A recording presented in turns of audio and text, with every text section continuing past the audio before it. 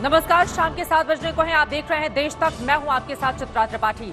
आधे हिंदुस्तान में बाढ़ ने हाहाकार मचाकर रखा हुआ है।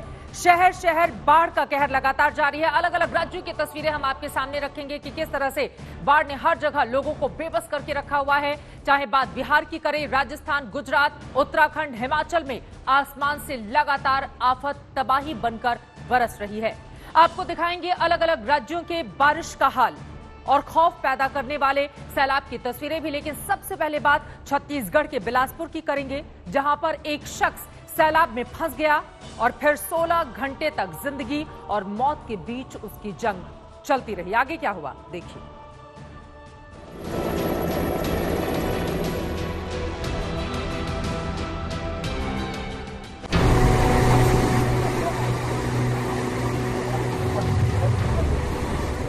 चारों तरफ सिर्फ और सिर्फ फुफकार मारती लहरों का शोर और उसके बीच फंसा ये शख्स। पांव फिसला नहीं कि सैलाब निगल लेगा। जरा सोचिए इस वक्त इस शख्स की हालत क्या होगी। सैलाब के बीच एक पत्थर पर जान अटकी है, जहां पानी पैरों तक आकर डरा रहा है। जिंदगी के नाम पर बस पेड़ की टहनी का सहारा है।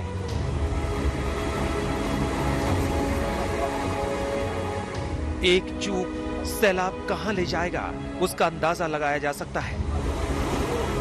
आसपास लोगों की भीड़ खड़ी है, लेकिन इस शख्स तक पहुंचना किसी के बूते की बात नहीं। एक शख्स जान बचाने को आगे बढ़ता है, पानी में छलांग भी लगाता है, लेकिन पानी की रफ्तार इतनी ज्यादा है कि वो आगे नहीं बढ़ता।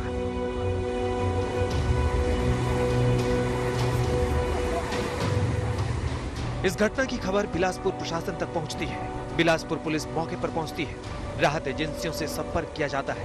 यहां तक पहुंचने के लिए हेलीकॉप्टर जरूरी था, लिहाजा वायुसेना की मदद लेने की कोशिश होती है। वायुसेना रेस्क्यू ऑपरेशन के लिए तैयार भी हो जाती है, लेकिन तब तक रात का अंधेरा घना होने लगता है। खराब मौसम और अंधेरे की दोहरी मुसीबत वायुसेना चाहकर भी कुछ नहीं कर सकती है। रात ढलने का इंतजार करने के अलावा कोई रास्ता नहीं था। तो रात भर यह शख्स यूं ही फंसा रहा। सूरज निकलने के इंतजार में इसने एक एक पल कैसे बिताया होगा, यह आप बखूबी समझ सकते हैं। गनीमत रही, रात गुजरी, पांव फटा, दिन निकला और वायुसेना रेस्क्यू ऑपरेशन में जुट गई। रस्सी के सहारे इस शख्स तक मदद पहुंचाई गई और इस शख्स को सुरक्षित बाहर निकाल लिया गया।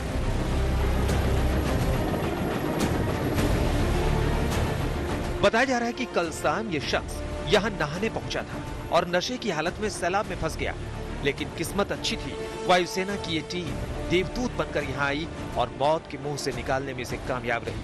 यहां मौजूद हर शख्स ने तालियां बजाकर इन देवदूतों को सलाम किया।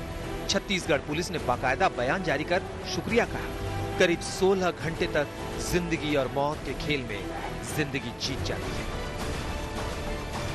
मनीष शारन, बिलासपुर, आज तक। तो बिलासपुर में जिंदगी को बचाने की जद्दोजहद किस तरह से चलती रही, ये तस्वीरें आपने देख ली। आगे बढ़ते हुए बात अब गुजरात और देश के बाकी हिस्सों की करेंगे, जहां पर बाढ़ और बारिश से तबाही मची हुई है। गुजरात के लिए अगले 48 घंटे बेहद मुश्किल भरे हो सकते हैं। मौसम विभाग ने भारी बारिश के लिए वहां पर रेड अलर्ट जारी किया है, जबकि मूसलाधार बारिश के चलते हिमाचल प्रदेश और उत्तराखंड में लगातार पहाड़ दरकने से बर्बादी थम नहीं रही है।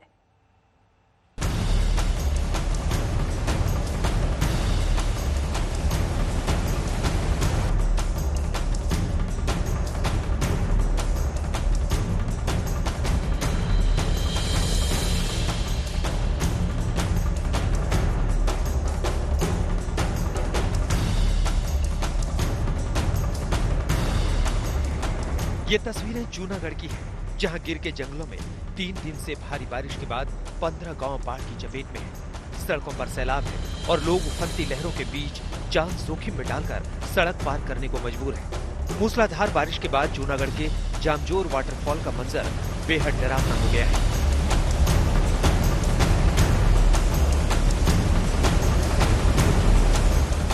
मूसलाधार बारिश ने सूरत शहर की सीरत बिगाड़ दी है। सड़कों पर 5 से 6 फीट तक पानी भरने से कई रिहायशी और कारोबारी इलाकों में मुसीबत दोगुनी हो गई है। बड़ोदरा में उफान मारती विश्वामित्र नदी का पानी रिहायशी इलाकों को अपनी चपेट में लेता जा रहा है। एक तरफ पानी की मार है तो दूसरी तरफ नदी से निकलकर मगरमच्छ रिहायशी इलाकों में आ रहे हैं। बीते 2 दिनों में 4 मगरमच्छ पकड़े गए हैं। अगले 24 घंटे गुजरात के लिए भारी है। मौसम विभाग ने भारी बारिश का रेड अलर्ट जारी किया है। मूसलाधार बारिश के बाद जम्मू में लैंडस्लाइड हुआ और सड़क का एक हिस्सा जमींदोज होने से कई कारें उसमें समा गई। कांगड़ा में भारी बारिश के बाद पहाड़ टूटकर हाईवे पर आ गिरा, जिसकी वजह से कांगड़ा होशियारपुर हाईवे पर कई मुसाफिर कीचड़ में फंस गए। समेला टनल में जलभराव से यहां लंबा जाम लग गया। सैकड़ों मुसाफिर घंटों जाम के झाम में फंसे रहे। उत्तराखंड के टिहरी में मूसलाधार बारिश के बाद भारी भरकम चट्टान हाईवे पर आ गिरी, जिसकी वजह से गंगोत्री हाईवे को बंद करना पड़ा। बीते कई दिनों से इस हाईवे में कई बार भूस्खलन होने से मुसाफिरों को भारी मुसीबत झेलनी पड़ी है। टिहरी से कृष्ण गोविंद और कांगड़ा से अशोक रैना के साथ गोपी खांगर, जूनागढ़, आज तक। मैदान से पहाड़ तक कैसी आफत बेशुमार रही, इन तस्वीरों के जरिए आपने देख लिया। 2 रिपोर्ट हमने आपको दिखाई, बाढ़ और बारिश की वजह से जिंदगी कैसे बेबस हो गई है। आगे बढ़ते हुए बात अब चीन की टेंशन बढ़ाने वाले खबर की करते हैं। सीमा विवाद पर दोनों देशों के बढ़े तनाव के बाद आज नेपाल और भारत के बीच वीडियो कॉन्फ्रेंसिंग के जरिए द्विपक्षीय बातचीत हुई है। 2 दिन पहले नेपाल के पीएम केपी शर्मा ओली ने पीएम मोदी के साथ फोन पर बातचीत की थी। हम आपको दिखाते हैं इस बड़े वॉल के जरिए दरअसल किस तरह की बातचीत रही और क्या क्या हुआ। भारत नेपाल रिश्तों में सुधार पर देखिए, सबसे पहले रामायण परिक्रमा को लेकर चर्चा हुई है आपस में। आज की बातचीत काफी सकारात्मक रही है, जहां पर कई योजनाओं की समीक्षा बैठक हुई है, जिसमें ये महत्वपूर्ण बात है। दूसरी महत्वपूर्ण बात, भारत के आर्थिक सहयोग से नेपाल में बड़े पावर प्रोजेक्ट का निर्माण होगा। यह भी बड़ी खबर है। देखिए, हाल के दिनों में अगर बीते कुछ महीनों में हम देखें तो नेपाल की ओर से जिस तरह की प्रतिक्रियाएं सामने आ रही थी, उससे कई सवालों को जन्म मिला था। लेकिन अब रिश्ते सुधारने पर जोर, खासतौर से नेपाल की ओर से। बिहार के जयनगर से नेपाल के जनकपुर के लिए रेलवे का काम अंतिम चरण में है। किस तरह से एक दूसरे देश के साथ मिलकर भारत और नेपाल आपसी सहयोग और संबंधों के जरिए आगे बढ़ने की कोशिश में है और विकास को रफ्तार दे रहे हैं, कम से कम ये खबरें इसी बात की पुष्टि करती हैं। दिल्ली से काठमांडू रेलवे सेवा शुरू करने का समझौता जल्द होने की उम्मीद जताई जा रही है। काठमांडू रेलवे सेवा ये अपने आप में काफी ज्यादा महत्वपूर्ण होगी, वो भी राजधानी दिल्ली से। जबकि व्यापारिक संबंध बढ़ाने के लिए 5 ड्राई पोर्ट के काम पर भी चर्चा आपस में की गई है। भूकंप से तबाह हुए गांव को बसाने की जिम्मेदारी पर भी चर्चा की गई है। आपको याद होगा हिंदुस्तान में किस तरह की भूमिका निभाई थी काठमांडू में जब भयंकर भूकंप आया हुआ था। फिलहाल भारत और नेपाल रिश्तों में सुधार को लेकर ये अपने आप में बड़ी बातें, और इन सब के बीच आपको बताते चलें कि काफी ज्यादा महत्वपूर्ण है दोनों देश आपसी संबंधों को और ज्यादा मजबूत करें। हालांकि बीते कुछ दिनों की बयानबाजी जिस तरह से नेपाल से सामने आई थी, उसने कई सवालों को जन्म भी दिया था। फिलहाल भारत नेपाल सीमा पर आगे किस तरह की और खबरें आती हैं, इस पर बनी रहेगी आज तक की नजर। आगे बढ़ते हुए अब लेके चलते हैं आपको बिहार। बिहार में अभी चुनावों का ऐलान नहीं हुआ, लेकिन सियासी जोड़तोड़ वहां पर तेज हो गया है। नीतीश कुमार का दामन छोड़ श्याम रजक फिर से तेजस्वी यादव के खेमे में लौट आए हैं। तो वहीं पूर्व मुख्यमंत्री जीतन राम मांझी 20 अगस्त को एनडीए में लौटने का ऐलान कर सकते हैं।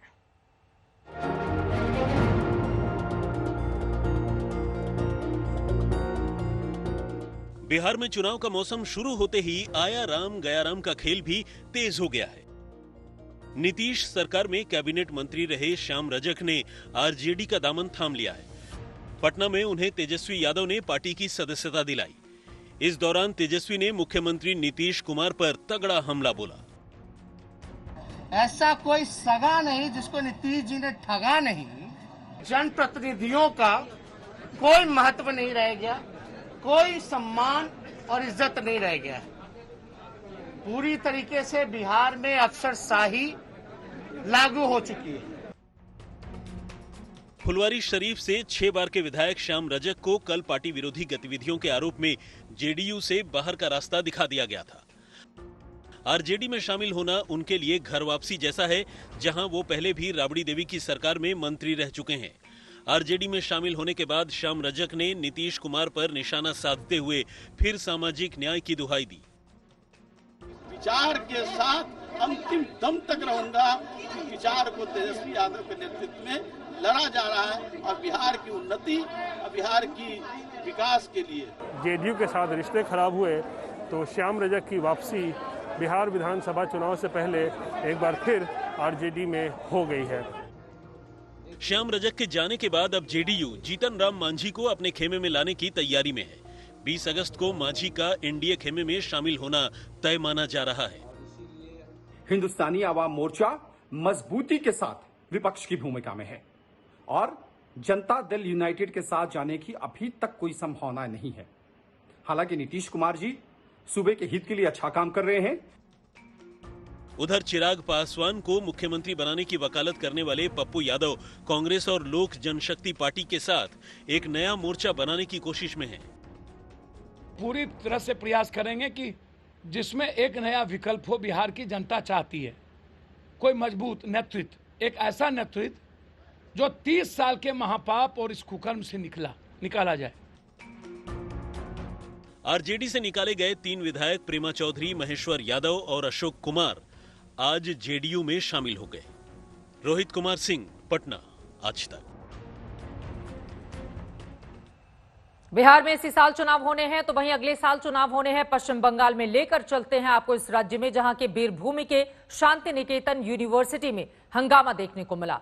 एक मेला ग्राउंड के पास दीवार बनाने का स्थानीय लोग विरोध कर रहे थे, जिसने हंगामे का रूप ले लिया।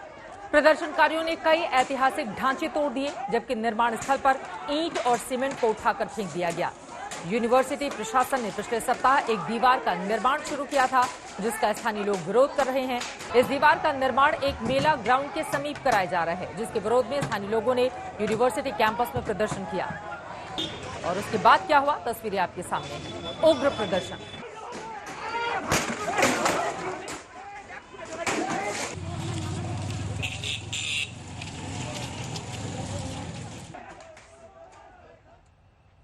और अब बात सुशांत सिंह राजपूत की, जिनकी मौत की मिस्ट्री लगातार गहरी होती जा रही है। आज ईडी ने रिया चक्रवर्ती के सीए रितेश मोदी से पूछताछ की। वहीं सुशांत से बिजनेस पार्टनर वरुण माथुर को भी, जो उनसे जुड़े हुए थे, ईडी ने समन भेजा है। इन सबके बीच सुशांत के रोजाना नए नए वीडियोस भी सामने आ रहे हैं। आज तक को सुशांत के कुछ ऐसे वीडियो मिले हैं जिसमें वो अपनी भांजी मल्लिका के साथ मस्ती करते हुए दिखाई दे रहे हैं।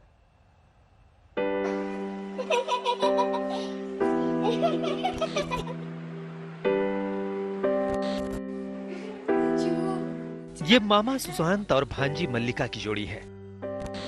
कभी खरगोश बन जाते, कभी बिल्ली। मामा सुशांत के साथ लॉन्ग ड्राइव का मजा ही कुछ और था।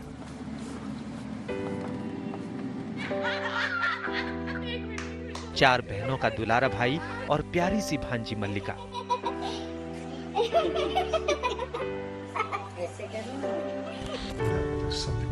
सुशांत के साथ उसकी केमिस्ट्री कुछ और ही थी, जिसका अंदाजा सुशांत के नए वीडियो से लगाया जा सकता है।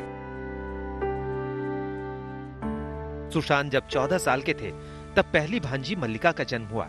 ऐसे में दोनों के बीच एक अलग ही बॉन्डिंग थी।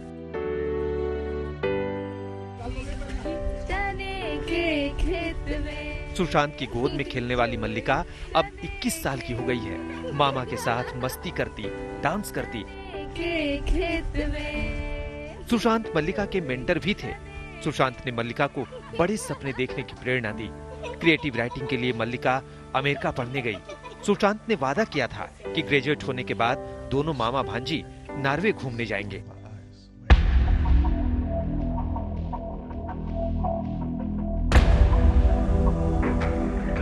ऐसा क्या हुआ कि सुशांत मामा कुछ बोले ही यूं चले गए, वो सारे वादे तोड़कर, बस अपने पीछे यादों का गम छोड़कर। ये तस्वीरें बताती हैं कि सुशांत अपने परिवार के कितने करीब थे। बहनों के अलावा उन्हें बहनों के बच्चों से भी एक अलग ही लगाव था। साथ ही सवाल खड़े करती है रिया की तरफ से किए गए उन दावों पर, जिसमें कहा गया कि परिवार के साथ सुशांत के रिश्ते अच्छे नहीं थे। जिन लोगों ने परिवार के अंदर जो रिश्ते थे सुशांत के, उस पर उंगली उठाई, उन सबको जवाब देने के लिए हमें मजबूरन ये वीडियोस रिलीज करना पड़ रहा है। इस वीडियो में खास तौर पर जो पीले सूट में आप एक लड़की को सुशांत सिंह राजपूत के साथ नाचते हुए देख रहे हैं, वो उनकी भांजी है। मामू भांजी के रिश्ते को दिखाने के लिए उन्होंने ये वीडियो रिलीज किया है। सुशांत सिंह राजपूत की बहन श्वेता सिंह कीर्ति ने सुशांत को इंसाफ दिलाने के लिए आवाज बुलंद करने का सिलसिला लगातार जारी रखा है। इस बीच उन्होंने काल भैरव की पूजा की और दुआ की कि सुशांत का सच दुनिया के सामने आए।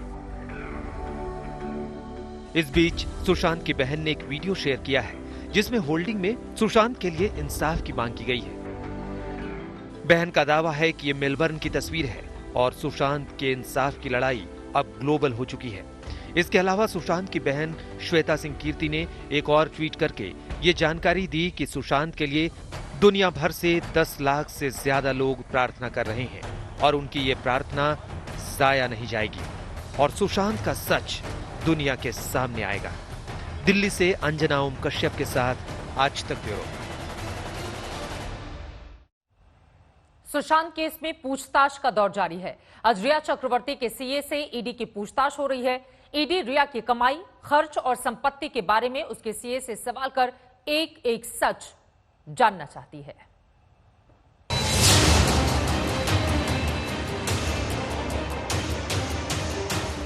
सुशांत के पैसे से ऐश करती थी रिया। तो सही है, पैसा निकाला गया, ये तो अकाउंट से क्लियर है, वो सामने आया है, अकाउंट से क्लियर हुआ है, तभी जाकर के एफआईआर हुआ है। सुशांत की कमाई रिया ने मौज पर उड़ाई। रिक्वेस्ट है कि हम एकजुट होकर सीबीआई इंक्वायरी की मांग करें, क्योंकि हमें सच जानने का हक है। सुशांत की कमाई की पाई पाई का हिसाब होगा। ईडी ने रिया से पूछताछ की, रिया के भाई से सवाल जवाब किए, सुशांत की बहन से भी सच जानने की कोशिश की। तो आज रिया चक्रवर्ती के सीए रितेश मोदी की बारी है। रितेश मोदी से पूछताछ सुशांत और रिया के रिश्ते की गुत्थी को सुलझाने में कारगर साबित हो सकती है। ईडी ने सवालों का पूरा पुलंदा तैयार किया है। रिया की कमाई का क्या क्या जरिया है? सुशांत से रिया के खाते में कब कब ट्रांजैक्शन हुए? सुशांत और रिया के बीच कारोबारी रिश्ते क्या हैं? सुशांत और रिया के बीच साझा निवेश की डिटेल क्या है? सुशांत के खाते से रिया पर हुए खर्च का सच क्या है? रिया चक्रवर्ती के इनकम, उनके नेट एसेट और जो भी उनकी इन्वेस्टमेंट या प्रॉपर्टीज थी उसके बारे में पूछताछ कर सकती है। आईटीआर रिटर्न जो कि रिया चक्रवर्ती का हमने देखा था, उसमें ये पता चल रहा था कि 2017-18 के मुकाबले 2018-19 में रिया की इनकम कम थी, पर उसके बावजूद उनकी नेट एसेट बढ़ गई थी। इसके अलावा 34 लाख रुपए की एक शेयर होल्डिंग भी आईटीआर रिटर्न में रिफ्लेक्ट हो रही है। इस बारे में रितेश मोदी से पूछताछ की जा सकती है। रिया और उनके परिवार पर आरोप लग रहे हैं कि उन्होंने सुशांत के पैसे से पैसे बनाए। सुशांत के परिवार वाले यहाँ तक आरोप लगा रहे हैं कि रिया ने पैसे के लिए ही सुशांत से रिश्ता बनाया। पिता और बहनों से सुशांत को अलग करने वाली रिया ही थी, क्योंकि रिया को डर था कि परिवार बीच में आया तो सुशांत के पैसे के इस्तेमाल की आजादी खत्म हो जाएगी। परिवार वाले रिया पर ब्लैकमेलिंग तक का आरोप लगा रहे हैं। एक अकाउंट का ही पता किया तो पता चला कि 17 करोड़ उसमें आया था, 15 करोड़ निकला था। तो उस बेसिस पे, और चूंकि ऑलरेडी हम लोग को मालूम था पहले ही 4 दिन में जब मिली सुशांत से अपने भाई के बर्थडे पार्टी का पेमेंट उसने सुशांत के क्रेडिट कार्ड से दिया, तो इस तरह की चीजें हम लोग को शुरू से मालूम थी। सुशांत के परिवार के आरोपों में कितना दम है, ये तहकीकात से ही तय होगा। सीए से पूछताछ में भी कुछ राज खुलेंगे, लेकिन इन आरोपों का दूसरा पहलू भी है। रिया और सुशांत के रिश्तों को करीब से देखती रही सुशांत की वकील का कहना कुछ और ही है। हमारे पास काम की कोई कमी थी। इनफैक्ट ऑफर्स काफी सारे थे, काफी आते थे, नरेशंस हुआ करते थे। I think right up to the last moment हमने I know that there was a narration. Sushant का ऐसा कहना था कि मुझे नई नई चीजें एक्सप्लोर करनी है, नए डायरेक्टर्स के साथ काम करना है, क्वालिटी इज मोर इम्पोर्टेंट। ये वही प्रियंका है जिनका जिक्र सुशांत की डायरी में हुआ। सुशांत के कानूनी मामले प्रियंका ही देखती रही है। प्रियंका रिया और सुशांत के बीच अनबन से इनकार कर रही है। साफ साफ कह रही है कि दोनों का रिश्ता ठीक ठाक चल रहा था, जबकि परिवार की रिया से रंजिश साफ साफ है। दिव्येश सिंह, मुंबई, आज तक। सुशांत के घर वालों को तो सीबीआई से ही उम्मीद है। देखिए पूरा मामला कहां पर जाकर पहुंचता है और कहां जाकर खत्म होता है, लेकिन सभी मांग कर रहे हैं सुशांत और उनके परिवार वालों के लिए इंसाफ की। आगे बढ़ेंगे। कश्मीर के बारामूला में सीआरपीएफ की नाका पार्टी पर आतंकी हमला हुआ है। सुरक्षा बलों ने लश्कर के टॉप कमांडर समेत 2 आतंकवादियों को मार गिराया है, जबकि तीसरे आतंकी की तलाश में सर्च ऑपरेशन जारी है।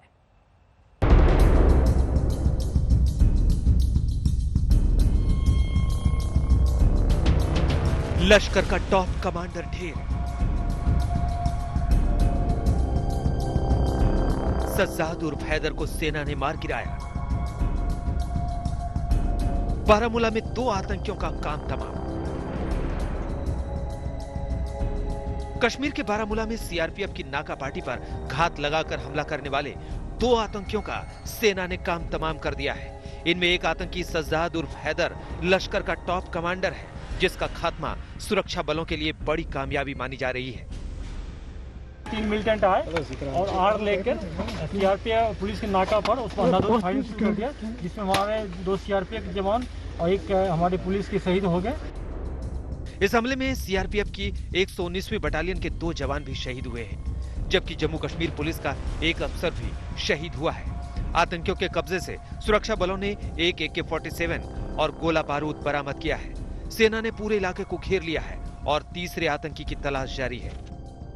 ये हमला तब हुआ जब साझा तौर पर सुरक्षा बलों की तैनाती एक सड़क पर हो रही थी, जब अंधाधुंध मिलिटेंटों ने सुरक्षा बलों पर गोलीबारी की। फिलहाल पूरे इलाके की घेराबंदी कर दी गई है और हमलावरों की तलाश जारी है। इस साल सेना करीब 160 आतंकियों का सफाया कर चुकी है, लेकिन पाकिस्तान परस्त आतंकी बाज नहीं आ रहे। बीते कुछ दिनों में सेना पर हमले तेज हुए हैं। अशरफ वानी, श्रीनगर, आज तक। आगे बढ़ते हुए अब एक बार देश में कोरोना का आंकड़ा जो सबसे ज्यादा जरूरी है उसके बारे में आपको बताना। आप सहज अनुमान लगा सकते हैं कि जल्द से जल्द वैक्सीन की देश को कितनी ज्यादा जरूरत है। बीते 24 घंटे के जो आंकड़े सामने आए हैं, सबसे पहले वो आंकड़ा आपके सामने रखते हैं। देखिए बीते 24 घंटों में ही किस तरह से हिंदुस्तान में 57,982 कुल केस सामने आए हैं, जबकि ठीक होने वालों की भी तादाद तकरीबन इतनी ही है। 57,584 लोग ठीक हुए हैं, जबकि 941 मौतें हुई हैं बीते 24 घंटों का ये आपको आंकड़ा दिखा रहे हैं। आगे बढ़ते हुए बात ओवरऑल यानी कि भारत के अब तक के आंकड़े की हम करेंगे तो उसमें देखिए 26,47,921 कुल केस सामने आए हैं। 19,19,842 ठीक हुए हैं, जबकि 50,921 लोगों की जान अब तक इस कोरोना के कारण जा चुकी है। अलग अलग राज्यों की स्थिति की बात करें, महाराष्ट्र में 5,95,000 से ज्यादा कुल संक्रमित हैं जो आप देख रहे हैं। 4,17,000 से ज्यादा ठीक हुए हैं, जबकि 20,037 लोगों की अकेले मौत सिर्फ महाराष्ट्र में ही हुई है। ये अपने आप में यकीनन ये महाराष्ट्र के लिए परेशानी का सबब है। ये कोरोना का आंकड़ा तो हमने आपको बता दिया है। इस वक्त की बड़ी खबर का हम रुख करेंगे। आपको बता दें जिस तरह से कांग्रेस पार्टी लगातार भारतीय जनता पार्टी पर हमलावर है, उसके मद्देनजर अब चीन को लेकर जेपी नड्डा जो कि भारतीय जनता पार्टी के राष्ट्रीय अध्यक्ष हैं, उन्होंने कांग्रेस पार्टी पर किया है पलटवार।